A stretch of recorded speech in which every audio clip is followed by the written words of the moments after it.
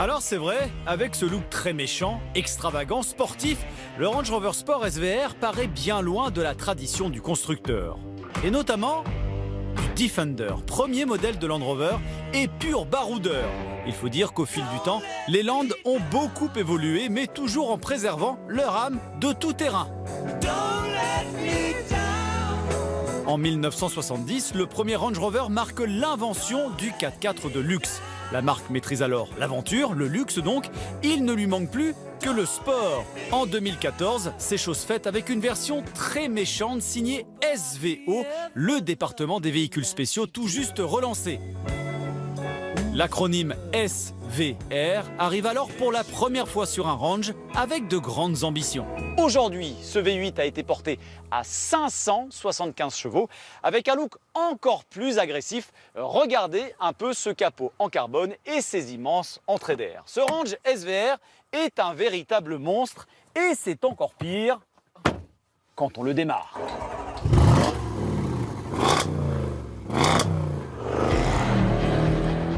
Avec son design, ses performances et son niveau de luxe hors norme, le Range Rover Sport SVR a de quoi attirer des clients fortunés qui cherchent l'extravagance et l'exclusivité.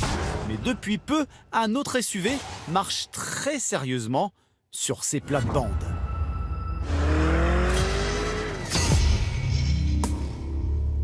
Voici le Lamborghini Urus. Et tout comme le Range SVR, il est loin de la philosophie de base de la marque. Lorsque Ferruccio Lamborghini devient constructeur automobile en 1963, il veut créer les plus belles sportives du monde. Il se spécialise donc dans les supercars. Pourtant, dès les années 80, Lamborghini fait une première tentative remarquée dans le monde du 4x4. La marque décide de créer un véhicule tout-terrain suite à un appel d'offres de l'armée américaine. Le projet ne sera pas retenu, mais la firme italienne produira tout de même une version de série, le LM002, équipé du V12 de la Lamborghini Countach. Aujourd'hui, avec le Urus, la marque capitalise sur ce passé en revenant au SUV à l'heure où la demande explose. Tous les constructeurs y passent.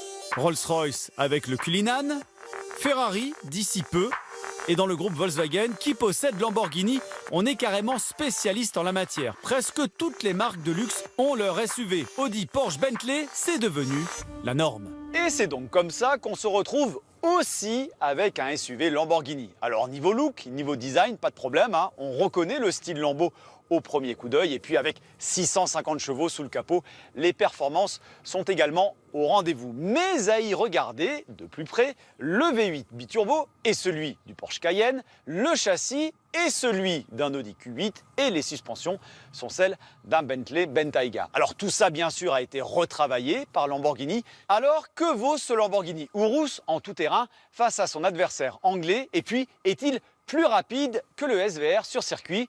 Nous allons les opposer sur les deux terrains.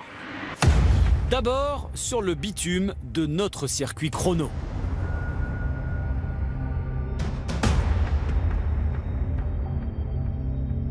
Bon là, Anthony, on a du lourd, hein? Ah, c'est assez gros. Hein.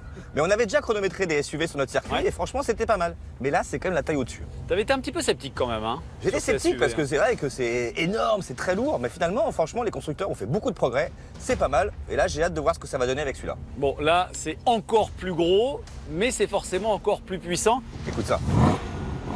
Je pense que tu vas m'entendre tout le tour du circuit. Bon, t'es prêt? Archi prêt. Allez, on y va. 5, 4, 3, 2, 1, go! Et c'est parti, départ impressionnant pour le Range SVR dans un vacarme assourdissant. Quel son ce V8, fabuleux.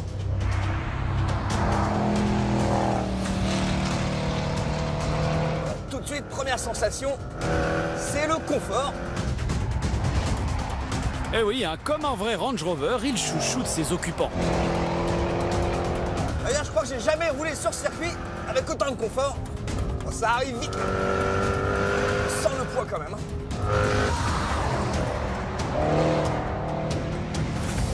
La direction est hyper assistée, très légère.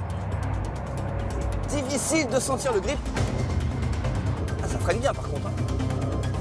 Ça freine bien, mais ça tourne pas. Et regardez, Anthony est emporté malgré lui vers l'extérieur du virage.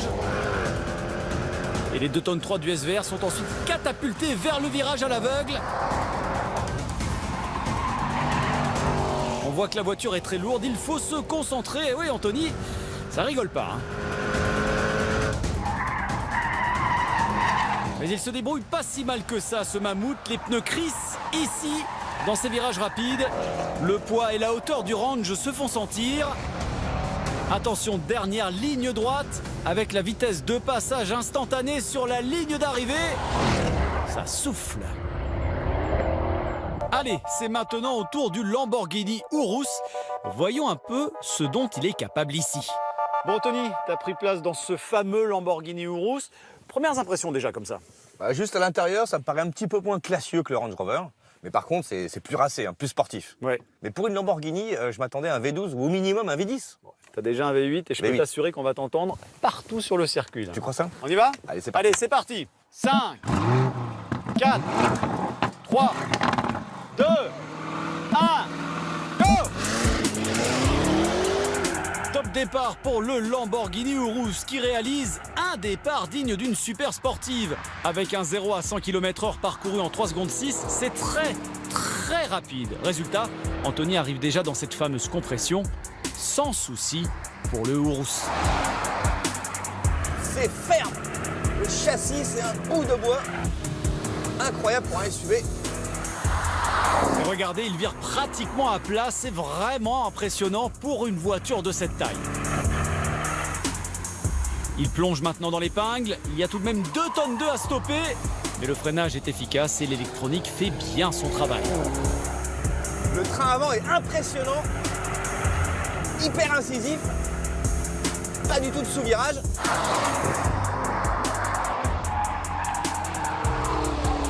Les 650 chevaux sont tous au rendez-vous, le Urus fonce à toute allure. Quel freinage. Impressionnant.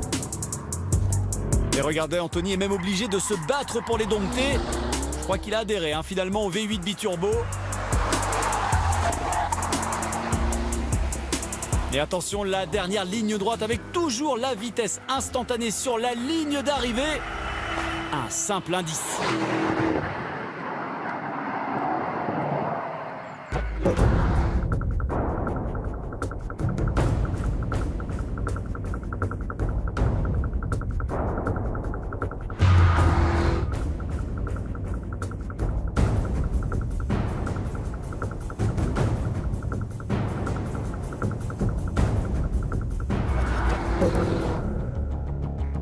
Ces SUV sportifs sont-ils aussi de vrais baroudeurs? Direction l'épreuve chrono off-road pour le vérifier. Sur notre piste tout-terrain, nous avons défini un parcours qui mêle terre, sable et ornière. Je serai au volant parce qu'on veut mesurer ici la facilité d'utilisation en tout-terrain. Et ça tombe bien, je ne suis pas un pilote spécialisé et c'est justement ça qui est intéressant. Nos 2 SUV ont gardé leurs pneus typés circuit et leurs très grandes roues. Ici, ce n'est pas un avantage. On va voir comment ils s'en sortent. Deuxième manche de notre match des gros SUV sportifs, le chrono off-road, avec une contrainte, ne pas dépasser les 40 km/h. Alors, 40 km/h, ça vous semble peut-être pas beaucoup, mais vous allez le voir que je ne suis même pas sûr d'atteindre cette vitesse sur notre parcours. Et puis, il ne faudrait pas non plus les abîmer, puisque le Lamborghini Urus débute à 205 000 € et notre Range SVR vaut, lui, 176 000 €. Ça commence à faire.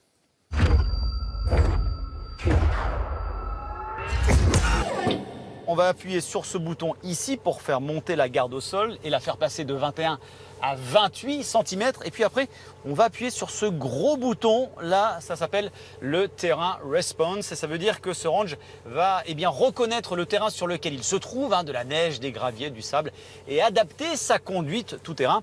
C'est un peu comme si vous aviez des semelles intelligentes en dessous de vos chaussures. Alors normalement, c'est ultra efficace. On y va? 3, 2, 1, go! En termes d'accélération déjà, on voit qu'il y a de la puissance.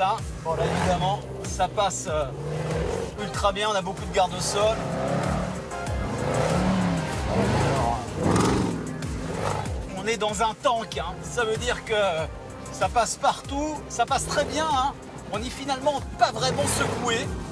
C'est assez surprenant, malgré la taille du bestiau. Ben, c'est ça l'avantage hein, avec Range, c'est qu'ils savent vraiment faire des tout-terrains. Hein. C'est un truc de ouf. Ce terrain response là est ultra efficace. Il y a une excellente motricité. Alors on voit hein, évidemment que l'électronique travaille. Mais alors ça le fait dans une simplicité et une efficacité. Voilà, c'est un truc de ouf. C'est un truc de ouf.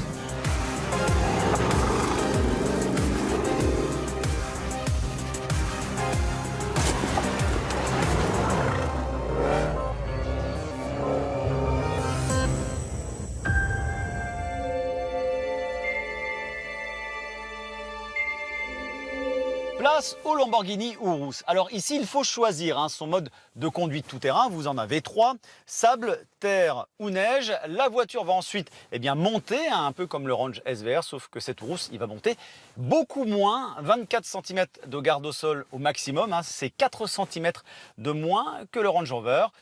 On va voir ce que ça donne. Attention, 3, 2, 1, go! On va attaquer la première côte un petit peu moins fort parce qu'on a un petit peu moins d'angle d'attaque hein, que sur le Range. La partie sablonneuse, vitesse constante. Et c'est pas mal, hein. Il y a quand même un gros travail hein, de l'électronique ici pour aller chercher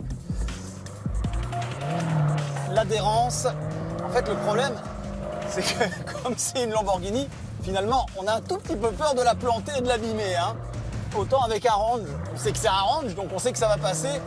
Autant avec une Lambo, on est un petit peu hésitant, mais franchement, il n'y a pas de quoi, hein, parce que ça passe quand même pas mal, cette histoire. Hein. On sent vraiment que l'électronique gère absolument tout. Hein. Allez, le gros virage serré. C'est quand même surprenant. Hein. Pour un engin de 650 chevaux, ça passe quand même ultra bien, ultra vite. Hein. Allez, la descente. Sur une nouvelle fois l'électronique qui va travailler un peu comme une aide à la descente. Hein. Et le passage sur la ligne.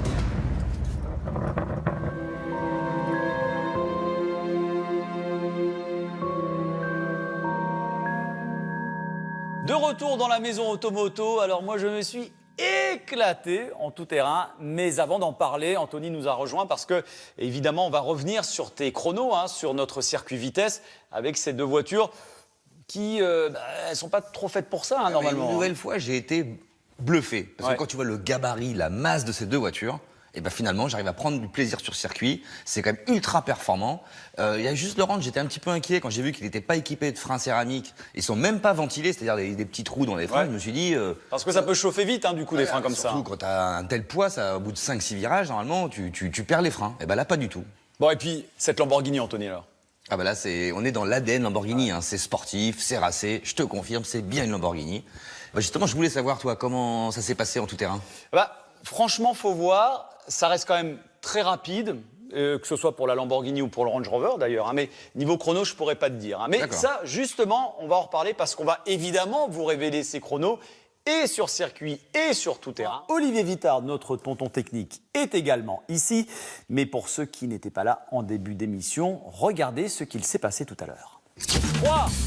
Précédemment, dans Automoto, nous avons chronométré deux SUV ultra sportifs tout en muscles. Le Range Rover Sport SVR et le Lamborghini Urus ont montré toute l'étendue de leur capacité sur tous les terrains. Le bitume, le sable, la terre, les ornières, nous les avons mis à l'épreuve.